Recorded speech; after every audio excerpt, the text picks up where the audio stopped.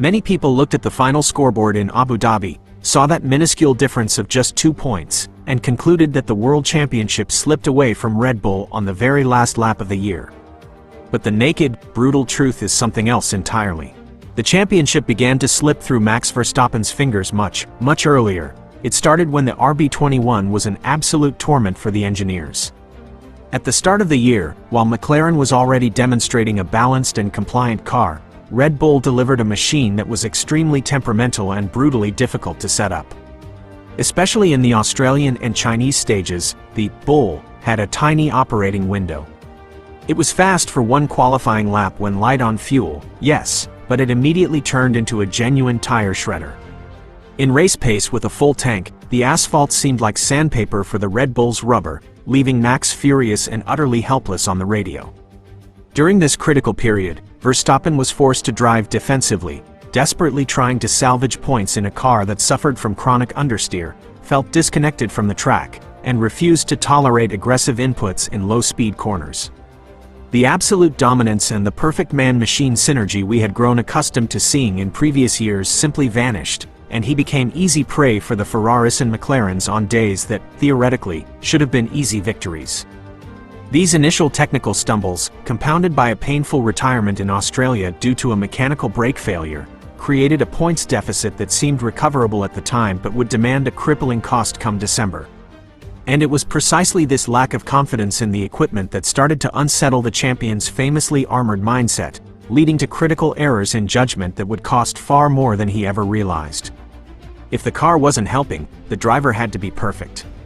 But pressure makes even a robot spark, and Max made a fatal human mistake. The unforeseen disaster in Spain.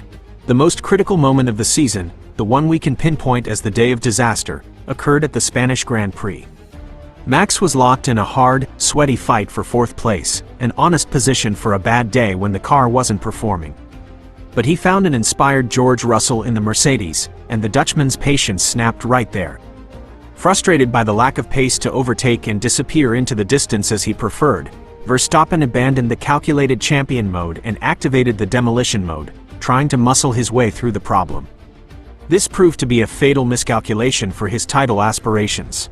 In a defensive move that was overly aggressive, even by his own standards, Max drove his car at Russell, not once, but twice in a terrifying sequence down the main straight.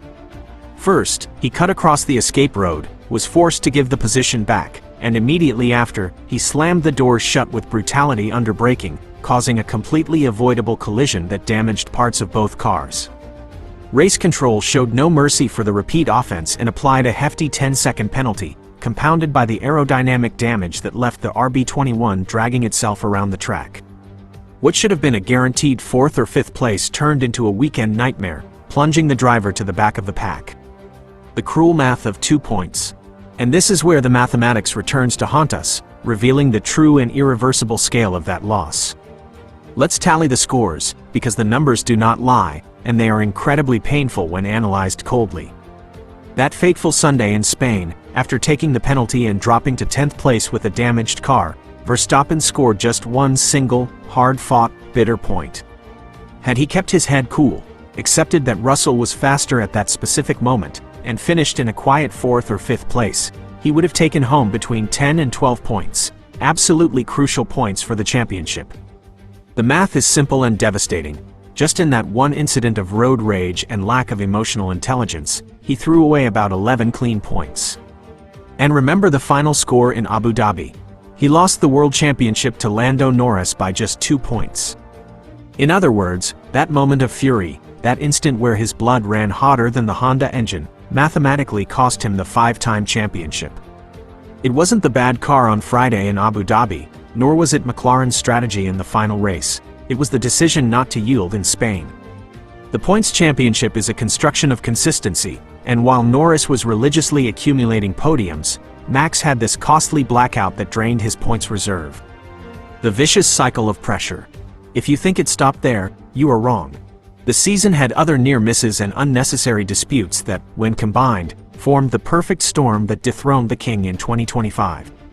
Besides the Spanish disaster, there was the Canadian GP, where another unnecessary tangle cost Red Bull dearly, this time with the other McLaren car, driven by Oscar Piastri. More points slid away, draining into the pit of impatience.